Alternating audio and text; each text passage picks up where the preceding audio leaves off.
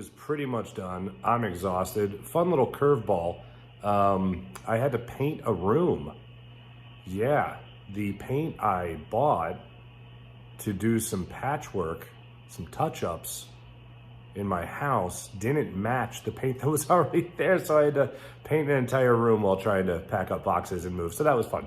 But the Sixers won, the Flyers won, and the Eagles are going to win on Saturday.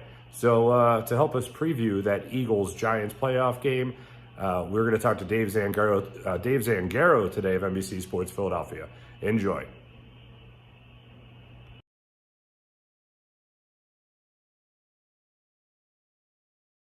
On the Roth and Orthopedics Gas Line from NBC Sports Philadelphia, Eagles beat writer, one of the best in the business himself, Mr. Dave Zangaro. Dave, how are you, man? I'm good, man. How are you? I'm doing fantastic. Well, the audience knows I'm in the process of moving as we tape this. It's Monday. The movers are coming tomorrow, but I'll bitch and moan on Tuesday's show about that. So I hope when I bitched and moan about it, it was nice. Anyway, are you at the age now where you're like, we got to get movers? I can't have my old friends over here. Like, I had passed that age 5 years ago. Like the pizza and beer thing. Mm-hmm. Yeah, no, we have booked movers. I am an adult now. And they're coming to just haul all my crap away. I had a buddy a few months ago who moved, and he like, you know, him and his fiance are moving into his house, and we're all over there at a U-Haul, and I'm like, what are we doing here, man? Like, I can't throw my back out like this.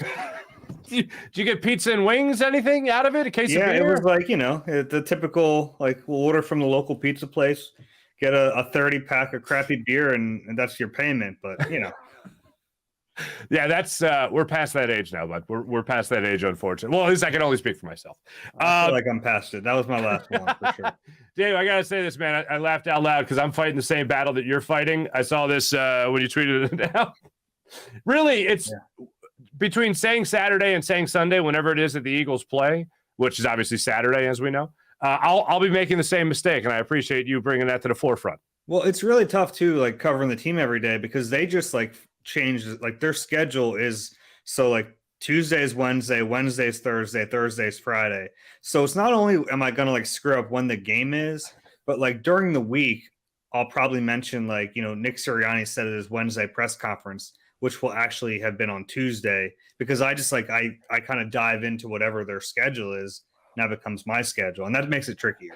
Wow. And now I'm messing with you further by doing a Wednesday show on Monday. I never know what day it is when it's a weird game day.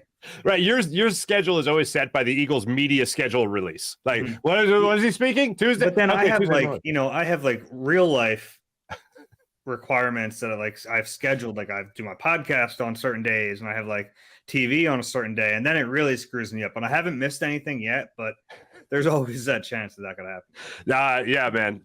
It's the beat writer life, man. You guys are programmed to just adapt. And you and Ruben Frank, Eagle Eye Podcast. Everyone should check that out, of course. Dave, you've covered special seasons. You've covered the 2017 Eagles went on to win the Super Bowl, of course. When you look at this year, though, was there a moment like that 2017 season, the 61-yarder by Jake Elliott that year, right? That was when you kind of knew something special was going on. Did you have a moment this year when you thought, oh, wait, the Eagles might be onto something? That's interesting. I don't know if there was like a specific moment. At least that's another part of like being in it. It's like I haven't had a chance to like look back at it. I don't know if there's been a specific moment because they were so dominant from the beginning of this season, rattling off all those wins. Like, but it felt similar. It felt like part of the 2017 season, and it sounds like a weird thing, but like celebrations and like that sort of thing, that felt very 2017-ish to me. Like with the whole Batman stuff, just kind of died down. No one's talked about Batman in a while, but like that whole chapter of this Eagles season to me felt the most like 2017 because you're like, okay, this is special because like you have to be a good team to do those sort of things. And it's not like about the on-field product even at that point, but it's like the on-field product allows you to have that much fun. And that's how much fun this season was. And you know, Jalen Hurts obviously throughout the year, just seeing like that's the real moment where you watch him and you're like, okay, And I don't know if there was a specific like game where it clicked for me that he's a different player. But once you realize that he was, all of a sudden you're like, this roster is stacked. He was the one question mark, and that question got answered in the first few games. And once that question was answered, and you knew he's a really good player, then right at that point you're going, okay, yeah, this team is legit, and they have a chance to at least make some noise and get into the playoffs, and then we'll see what happens. Yeah, it's a statement of fact that Jalen Hurts has improved drastically from what you saw last year. I mean, MVP candidate is really all you need to know. And we went into the offseason, I've said it 1,000 times, is he the guy? We've all said it, we've all talked about it, But with Jalen Hurts, is there something specifically that jumps out to you from last year to this year that you have seen the biggest improvement in his quarterback play? There's a few areas. I think his comfort in the offense is what stands out most, because that's what's allowed him to do so many things successfully. And it's just like knowing, his knowledge of the offense and just understanding where the ball needs to go. And that's where it really all hinges from. And there are mechanical things that he's doing better, but I think if you don't have that, none of the other stuff really matters. So the one biggest flaw I saw in his game, there were a few, but one of them was he didn't throw with anticipation. It was like, we'll throw an open spot, and that's fine. Like you can do that, but seeing him throw guys open this year, seeing him trust AJ Brown and Devontae Smith, and it helps when you have guys that you can trust like that. Seeing him make some of those throws, like that's next level stuff. That's where you put yourself in an MVP conversation, because you're attempting those throws. You have the confidence to make them, but you actually have the physical ability to do it. And I think a lot of people were like concerned that he didn't have a strong arm, and that's been fine. Like arm strength was never a problem. It was the understanding of when the ball needs to be out, where it needs to be, when it needs to be there.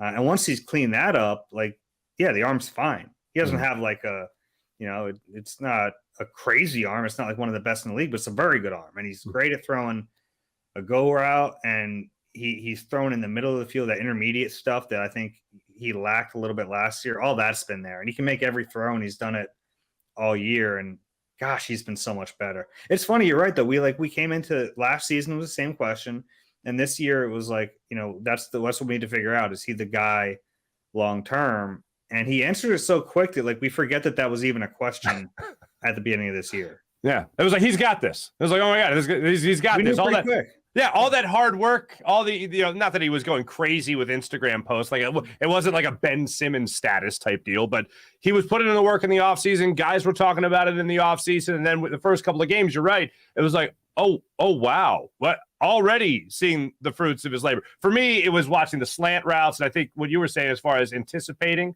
and making that delivery, that all went into it. And he was just a far more accurate quarterback. And let's face it, he also has a better weapon around him than AJ Brown. That doesn't hurt, of course. Yeah, that AJ Brown slant is like the ultimate cheat code. It's always there. You can always run it. He's just such a big body.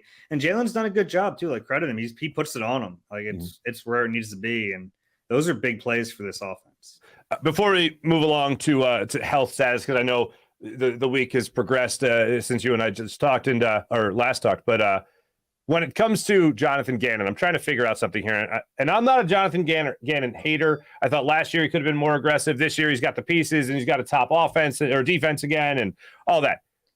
I'm trying to figure out what makes this guy such a hot commodity as a head coaching candidate, because the defensive number has been great. This year in particular have taken a huge jump, but they get an upgrade of talent. Thank you, Howie Roseman. Vic Fangio supposedly has his hands on this somehow as well. So I need to ask the question made famous by the, as far as I'm concerned, Academy Award-winning picture Office Space. What is it you say you do here? Like, what? How much does Jonathan Gannon have on this? How much is help that he has gotten from the front office and defensive consultants, if you will, when talking about Fangio? Sure. And look, his defense comes from the Fangio tree. I mean, his fingerprints are on it, even if he wasn't around. It's like this defense has all those elements, but Gannon's made it his own a little bit. And I think the reason he's a hot coaching commodity isn't because of the scheme.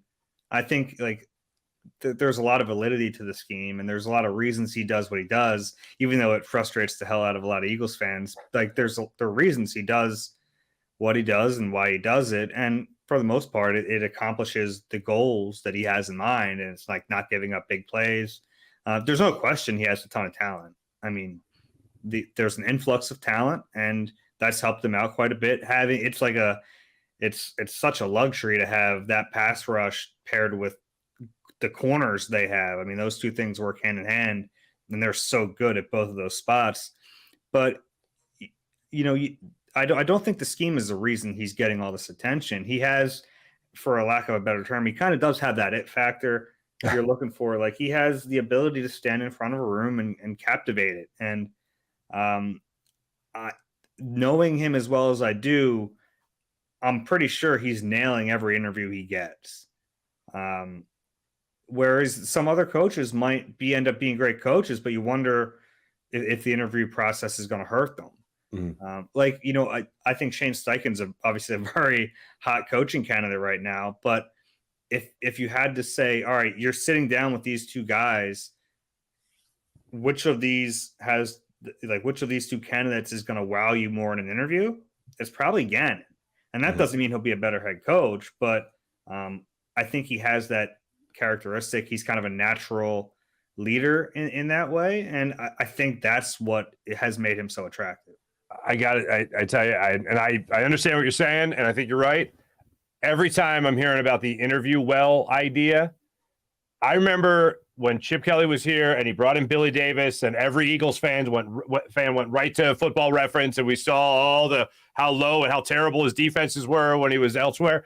And I remember asking Chip, other than his why did you hire this guy? Basically, is the nicest way I could put it. And he goes, well, meet him. You got to meet him. And I sat down across from him and I went, this guy's like a football genius. Like, wow, he's talking about the guys he worked with in the past and all that stuff. Capers was one of them. A bunch of other names were out there. And I'm like, wow, this is amazing. And then he didn't even top Juan Castillo's numbers. Now, true, Chip Kelly's offense didn't really lend itself to helping out the defense at all, but especially with time of possession. But it's like those guys just know how to command a room, know how to talk football. It's a matter of getting the best out of those players, which I think Gannon has done, especially with the group that he has this year. Yeah, and look, I understand the qualms with Gannon. I'm not like, it's funny. It's like there's no nuance when we talk Jonathan Gannon. Like people either hate him or they love him.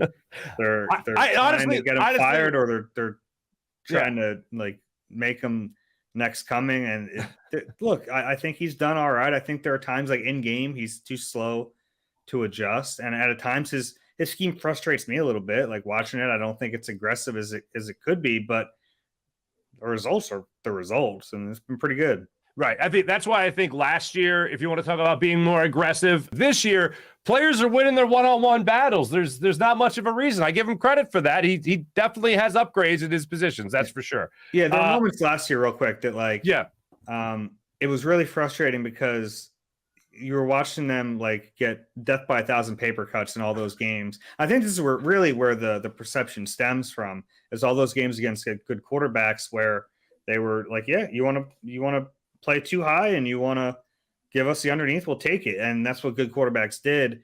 And he just never tried anything else. And that was really frustrating because it's like, you're already losing. Like it's not working. Try something else. He was really hesitant to do that. This year, they have tried other stuff. And I think it's just a product of having better talent. He feels a little more able to change things up, and they disguise coverage as well because he has so many talented players. Mm-hmm. Let's jump to health real quick. Talk about Lane Johnson a little bit. Talk about Jalen Hurts. Let's just say this for Jalen Hurts. Let's say going into the Chicago game, let's just say he was 100% healthy. When he stepped back on the football field against this Giants team to wrap up the season, to wrap up the number one seed, where do you think he was health-wise by percentage? Oh, it's tricky. I mean, they were acting like he was 50%. But I don't in terms of play calling and game plan? In terms of game plan and play calling? Game plan. Yeah. Like I think he was beyond that. I don't think they put him out there if he was that low. But it's really tough to tell because that game plan covered up so much of how we would have found out if he was healthy. Now, the fact that they did it tells you he clearly wasn't 100%. But I think some of that was precautionary too, because The whole game plan was vanilla. Like, let's just take care of business, get the first round bye, and then get him back on the field. But it's tricky, and the thing that has stuck with me is just the way that they've started talking about this injury. You know, Nick Sirianni comes out after the game and says, "Oh, he was in a lot of pain." Jalen's saying things like, you know, yeah, he's kind of admitted that he's not going to be 100%. That he's going to have to play through some of this. He's played with injuries before, he said. So that stuff's a little concerning because when you're in the playoffs, like, you can't have a game plan like we saw in Week 18. I'm not saying you got to run him every play, but his legs are such an important part of this offense that you have to have it in there. You have to have at least like zone read stuff in there because he changes the numbers in your favor. Like Miles Sanders had this great year, and a lot of it is because teams have to worry about Jalen Hurts taking it and pulling. So the game plan has to be different, even if he's not 100%. You're in the playoffs now. It's like you just got to do it. I hope that he can survive it. The nice thing is I didn't think his throwing seemed to struggle in Week 18. That's like the one area where we could see. And it makes sense that during the bye week, they were kind of taking it easy. No reason to put him through a ton of reps in practice if you don't need them. But that was encouraging. Like, it didn't look like it was hampering his ability to throw the ball, especially in the pocket. Now, maybe if he starts running around, like, then you're not planting your feet and then it's all arm. Maybe that's a little harder. But the tricky thing about him, and I know we're going to get the lane, is that we might have a little bit of a sense during the week of practice, but I don't think we're really going to know until they get out there on Saturday. And I said Saturday, and I'm happy for myself. There we go. One for one so far in this interview, at least 1 for 1. You're doing great. Now, okay, Lane Johnson's the other. He did talk in his locker last week. You know, he said, you know, everything's that's the buzzword now, tracking. Everything's tracking in the right direction. So he said, yeah, we're going to go out there. You know, I've dealt with things in the past, and I'm going to deal with it the best I can. I mean, he's going to be playing on Saturday, right? Yeah. Oh, he'll play. I don't know if he's going to last and how effective he's going to be. And I don't think anyone really knows that. And Thursday this week, well, I guess Wednesday of this week, he'll really go through the heavy practice and he'll try to take on a bull rush and see how it holds up. So that'll be a telling day for him. But he's another one where it's like, we'll just have to see how it holds up against the Giants. And it's a tough injury to play with. We've talked to some people who have tried to play through it. It's a groin injury for an offensive lineman who needs that core strength. So that's a legitimate concern. And in a way, it's kind of nice that the Giants won because it's a better outcome than possibly. In my head, I was thinking, like, are the Cowboys going to end up here? And you're going to deal with DeMarcus Lawrence and Micah Parsons. Now, you know, Kayvon Thibodeau is a good rookie, and if Azeez Ojulari plays, he's a pretty good rusher. But you feel better with laying against those guys than some Pro Bowl premier guys. But it's tricky, and you're just hoping he can hold out because he means so much to this team. And having tackles like him and Mailata, and as a part of the offense we don't talk about enough, they don't help him. They never help him. Those guys are just out there on an island, and it gives them positive numbers everywhere else on that side of the ball. So if Driscoll has to be out there, they don't want to help him. They want to keep those positive numbers. The problem is Driscoll's not as good as Lane Johnson, and he's going to get beat at times. And then you start thinking, all right, well, now you have a weaker player at right tackle. You have a quarterback who's dealing with an injury that is a painful one. You're worried about him getting hit. That's where you start to say, okay, that's probably not an ideal situation. Mm-hmm. You mentioned the Giants there a second ago, talking about this is the best scenario for the Eagles. I did not want to face the Giants for the fact that they were finally healthy, playing well coached. Their JV team actually put up a fight in the game. Yes, the Eagles were playing very vanilla, but I thought this Eagles team would always obviously get up to play Tom Brady. They'd get up to play the Dallas Cowboys, of course. There's just something about this Giants team that's playing right, healthy at the right time. I didn't want to face them. So they have my respect. I still think the Eagles beat them, but where do the Giants then rank in for you? Do they have your attention? Do you think this will be an easy win coming up on Saturday? Or how do you really see this week playing out for the Eagles? I don't know if there are easy wins right now in these playoffs. It's been fair enough, pretty tough sledding, even for these high seeds. But Eagles should win. They're a better team, and I don't buy all the like it's hard to beat a team 3 times. I mean, if you're better than them, you should beat them every time you play. Like Every time, obviously yes. That's not the way it works. Like Right. you have to go out and play the games. But you're right about the Giants on some level. Like they are healthier, much healthier now. That week 14, the week 18 game, I almost I don't even want to talk about it. It's like it's almost pointless to me to talk about it. But the week 14 game, there are some things that you can look at. And the Giants are healthier now. They have Dory Jackson back, their best corner. Xavier McKinney's back. He didn't play in that game.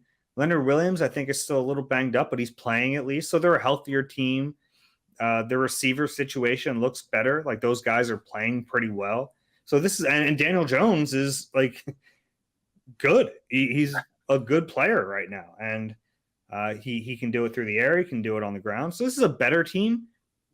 But when I ranked them, the 4 possible options, I had the Seahawks were the best case scenario. Okay. Because not only like they would have taken out the 49ers in that case, which would have been helpful. Right. But then the Giants to me were the second best scenario. And I get that they're a spunky team and they've played well, but they also played a really fraudulent Vikings team, and the Eagles have a much better defense than the Vikings. I mean, the Vikings defense was awful. Mm-hmm. The Eagles, at least talent-wise, are much better. So I still think the Eagles match up well against the Giants. I expect them to win. Fair enough. Dave Zangaro, Nakobe Dean was a guest of our show yesterday. You said you didn't get a chance to see Jalen Hurts really throw much. We got one, at least athletic move by Jalen Hurts. Just tell me how the shoulder looks.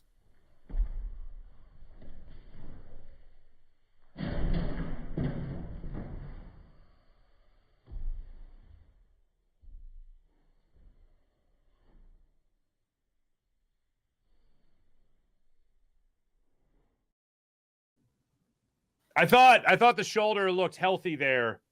Oh, wait, wait a minute. No, that was you dunking. Wait a minute. We get confused. People confuse us all the time, man. Me and Jalen. You knew to expect it. God bless you. You're such a great sport. I knew it was coming. Yeah. Dave Zangaro, great catching up with you as always. Make sure you guys follow Dave Zangaro on all social media. Check out Eagle Eye Podcast with Dave and Ruben Frank, another friend of the show, of course, from NBC Sports Philadelphia. Dave, here's to a nice, long playoff run that ends in Arizona. Sunny Arizona for you, my friend. I'll take it. There you go. Dave Zangaro joining us from NBC Sports Philadelphia.